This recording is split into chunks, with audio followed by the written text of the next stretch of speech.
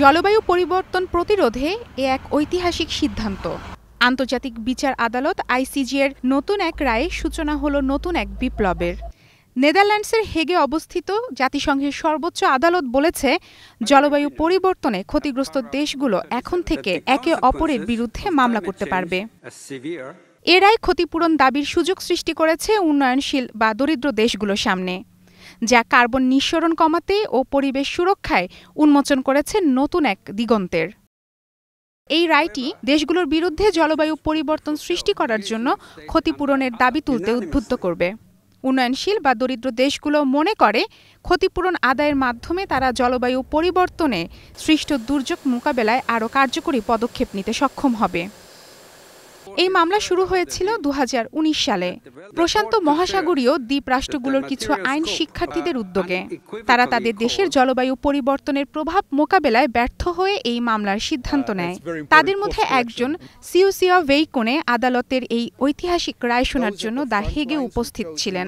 এই রায়কে তিনি নতুন প্রজন্মের জন্য বড় জয় হিসেবে উল্লেখ করেন। ঐতিহাসিক হলেও রায়ের সুফল ঘরে তোলা খুব সহজ হবে না। আছে বেশ কিছু চ্যালেঞ্জ, যার অন্যতম হল ক্ষতিপূরণ দাবির মানদণ্ড নির্ধারণ করা। এক বিশ্লেষণে বলা হয়েছে, 2000 থেকে 2019 সালের মধ্যে জলবায়ু পরিবর্তনের কারণে বিশ্বজুড়ে মোট ক্ষয়ক্ষতির পরিমাণ $2.8 ট্রিলিয়ন, প্রতি ঘন্টায় ক্ষতি $1.5 কোটি উপরে। জাতিসংঘের এই সর্বোচ্চ আদালতের বিচারকও মনে করেন, জলবায়ু পরিবর্তনের কোনো অংশের জন্য কে কতটা দায়ী তা বের করা কঠিন হতে পারে। বিশ্বের শিল্পোন্নত দেশ, বিশেষ করে যারা গ্রিনহাউস গ্যাসের জন্য বেশি দায়বদ্ধ, তারা এ রায়ের প্রতি সম্মান দেখাবে কিনা তাও নিশ্চিত নয়।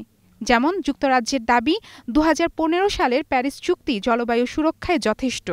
অতিরিক্ত আইনি বাধ্যবাধকতা দেশগুলোর মধ্যকার সম্পর্ক জটিল করে তুলতে পারে বলেও মন্তব্য করা হয়। বাস্তবায়নে অনিশ্চয়তা থাকলেও রায়ে খুশি পরিবেশবিদরা। তারা বলছেন, জলবায়ু পরিবর্তনের বিরুদ্ধে লড়াইয়ে শুরু হলো নতুন এক অধ্যায়। মারফুয়াতুন নুর রুচি, স্টার নিউজ।